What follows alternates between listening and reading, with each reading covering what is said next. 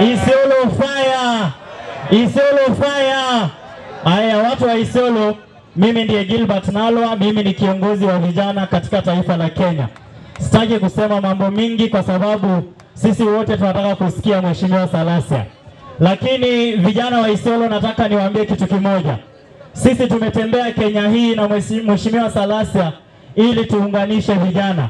Na juzi tumekuwa huko Kwale, wakaimbia Mheshimiwa Salasia wimbo.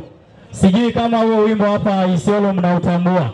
Watu wa Kwale wanasema Salasia kiboko yao.